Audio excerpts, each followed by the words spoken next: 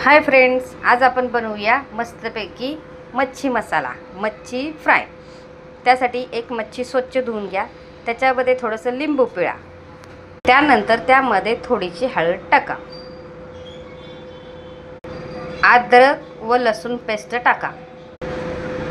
कोणताही आगरी मसाला टाका, लाल नंतर थोडासा घरकुल मसाला टाका, थोडंसं नमक, थोडंसं कॉर्नफ्लॉवर,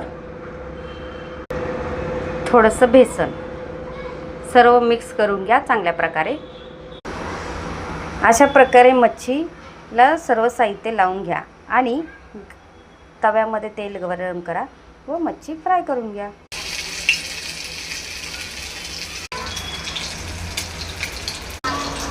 फ्रेंड्स, तयार झाले आहे आपले मासे फ्राय, मच्छी फ्राय। चवीला एकदम भारी।